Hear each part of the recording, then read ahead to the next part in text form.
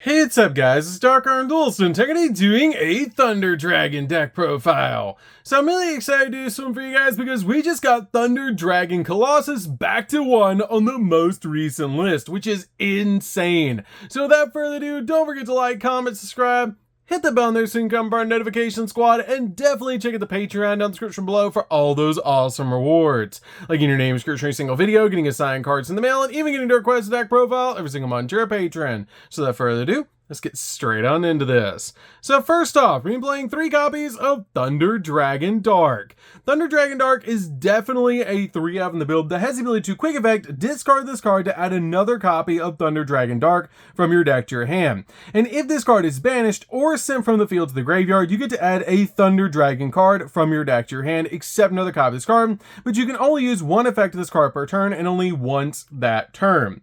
We then play 2 copies of Thunder Dragon Roar. Roar is just a really good 2-of in the build that has the ability you can discard this card and then add your hand one of your Thunder Dragon cards that's banished or in the graveyard, except another copy of this card. If this card is banished or sent to the graveyard, you can special summon a Thunder Dragon monster from your deck and defend position, but return it back to the hand during the end phase, and just like your copy of Dark, you can only use one effect of this card per turn and only once that turn. We then play a single copy of Thunder Dragon Hawk. I feel like 1 is really all you need for Hawk in this build, and this card is really good because you can discard this card to special summon one of your Thunder Dragon monsters that's banished or in your graveyard back to your side of the field. And if this card is banished or sent from the field to the grave, you actually get to shuffle any number of cards from your hand into the deck and then draw the same number of cards, which is an insane effect, but you can only use either or of its effects once per turn. We then play 3 copies of the OG Thunder Dragon. This card is definitely a 3-of in the deck because it's amazing to be able to discard this card and then add 2 more copies of itself from your deck to your hand, which is just insane to be able to get the exact materials we need into our hand to go in for a bunch of cool plays. But this card is definitely a 3-of in the build. Plus, it came out of my favorite pack ever, Metal Raiders. We then play 3 copies of Batteryman Solar. Batteryman Solar is an amazing 3-of in the build, and I absolutely love this card in the deck because it helps out so much in the build to be your normal summon, because if this card is normal summon or special summon, you actually get to send a Thunder monster from your deck to the graveyard, which is a really powerful effect to get the exact card you need into the graveyard. Also, if a Thunder monster is normal or special summoned while this monster is on the field, you actually get to special summon a Batteryman token to your side of the field that's a Thunder Light, level 1, 0 attack, and 0 defense, which is an amazing ability just to instantly get a token out on your side of the field. We then play 3 copies of the Bestial Rebellion. This card is really good in Thunder Dragon. It's just so powerful to be able to play the Bestial cards in this deck, because this card has the ability that if it's in your hand or your grave, you can tribute a level 6 or higher Dark Dragon monster to special summon this card. You can send it from your hand to the graveyard to be able to add any of your Bestial monsters from your deck to your hand, and also when it's on your side of the field during the main phase, you can place one of your branded continuous spells or traps from your deck face up on the field, which is a great ability to put your copy of Branded Beast on your side of the field and then be able to grab back your copy of Branded Regained out of the graveyard after we send it to the graveyard off our copy of Sawnir. We then play a single copy of Magnemite. Magnemite is really good as a 1-of in the build, and this card is just really good in the deck because it has the ability to let you target a light or a dark monster in either player's graveyard and banish it, and if you do, special summon this card from your hand. And it's a quick effect if your opponent controls a monster, which all of our Bestial monsters that are level 6 share that ability, but this card's unique effect is if this card is special summoned, you get to activate the ability that during the end phase of this turn, add a dragon monster from your deck or graveyard to your hand, except another copy of this card, which is a really cool ability to grab another one of your Bestial monsters. We then play a single copy of Druid's Worm. Druid's Worm is just really good at spot removing cards off the field. 1 copy of Sawnir. Sawnir has a really cool ability that when it does touch the graveyard, it lets you send a Bestial monster or a branded spell or trap from your deck to the grave. So you can send your copy of Branded Regained from the deck to the graveyard, so you can put it back on your side of the field, Branded Beast, which is just amazing. And then we play a single copy of Baldrake. Baldrake is just really good, just like your copy of Druid's Worm, at spot removing cards off the field. I feel like one of each of these is enough because you can search them out from the deck with your copy of Lubellion, which is just really nice to be able to do. We then play a single copy of Black Dragon Collapse Serpent and one copy of White Dragon Wyvern Buster. These cards are just really good in the deck because you either banish a dark monster or a light monster from your graveyard, depending on which one you're trying to summon them out to your side of the field. And when they touch the graveyard, they search one another, which is just really good to be able to do. And then play a single copy of Chaos Valkyria. Chaos Valkyria is really good as a 1-of as well in the deck because this card is an amazing card just to extend your plays because you banish either a light or a dark monster in the graveyard to special summon this card from your hand, which is just a really cool ability to instantly get this card out on your side of the field. You can play a single copy of the Chaos Creator. Chaos Creator is also really good as a 1-of in the deck, because this card has the ability to banish a light and a dark monster from your graveyard to summon out this card from your hand. And if you control this card that was special summoned from your hand, then you get to target 3 of your banished monsters with different names, special summon one of them and place the rest on the bottom of the deck in any order, which is a really cool ability just to instantly put a monster back on your side of the field while recycling your cards.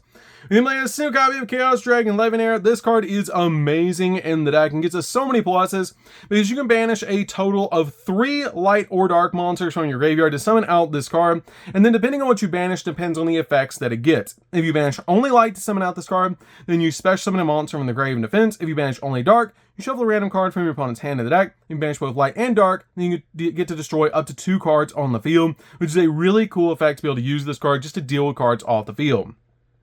We then play 3 copies of Ash Blossom just to make sure the opponent's not going to touch the deck. It's just a really good hand trap overall, just to be able to stop the opponent in their tracks. And then we play 3 copies of Effect Veiler, which is also a light monster, which is why I chose to play this card in the build over Imperm, is because you can discard this card to the graveyard, and once you do, you will have a light monster in the grave to be able to stop a monster effect and have a light target in the grave to banish for one of our Chaos monsters. So, that's it for the monsters, guys. Let's get in to the spells.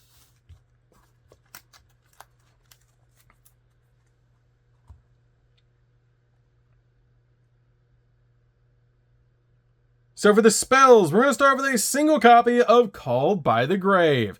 Called by the Grave is an amazing 1-of in the build, just to stop the opponent from hand trapping us while we're going in for all of our plays. We're then playing a single copy of Chaos Space. Chaos Space is really good as a 1-of in the deck because it can search so many different cards in the deck, from Lubellion to your copies of the Chaos Creator. This card is just amazing in the deck. You send a light or a dark monster from your hand to the graveyard to add a light or a dark monster that cannot be normal summoner set from your deck to your hand with a level from 4 to 8 with a different attribute than the monster that you sent to the graveyard for this card's ability, which is a great effect to be able to use to instantly get a search. This card is pretty much Rhoda for the deck. We then play a single copy of Gold Sarcophagus so we can banish our Thunder Dragon monsters to get their effects to go off. So this card is just amazing in the deck as a 1-of. Play a single copy of Thunder Dragon Fusion. Thunder Dragon Fusion is just amazing in this build because this card lets us fusion summon into some really awesome boss monsters. It's just an overall fantastic card that lets fusion summon a Thunder Fusion monster from our X deck by shuffling the fusion materials listed on it into the deck from among cards on the field or in the graveyard, and or face up banished cards. And also during the main phase, except the turn this card was sent to the grave, you can banish this card from the graveyard and add a Thunder monster from your deck to your hand, making this card also a Rhoda for the deck. We then play a single copy of Brand New Gain. Brand New Gain is just really good in any deck that banishes light or dark monsters, because this card has the ability, if a light or dark monster is banished except during the damage step, you can target one of those monsters and place it on the bottom of the deck. If you do, draw a card, which is just great to help us dig into the deck. And if your opponent normally special summons a monster except during the damage step, we can actually target a bestial monster in the grave and special summon it back to our side of the field, which is an insane ability. We then play 2 copies of Triple Tactics Talents.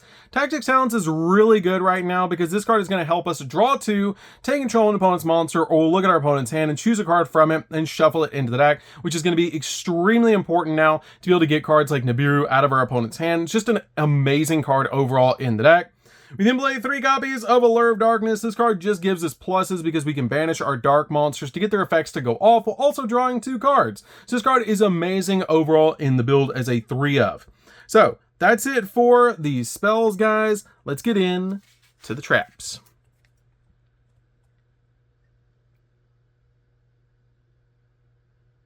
So for the traps, we're just going to be playing one, and that's going to be a single copy of Branded Beast. Branded Beast is a really good one-of in the build because this card helps us pop cards on the field, and it's really easy to get out on your side of the field with your copy of Rebellion, just being able to place this card out on your side of the field. This card is amazing because it can also put your copy of Brand Regained from the graveyard back on your side of the field, so you can have both of them at the same time if you can get Saunier to send it to the grave, which is just super cool. So that's it for the main deck, guys. Let's get into the extra deck.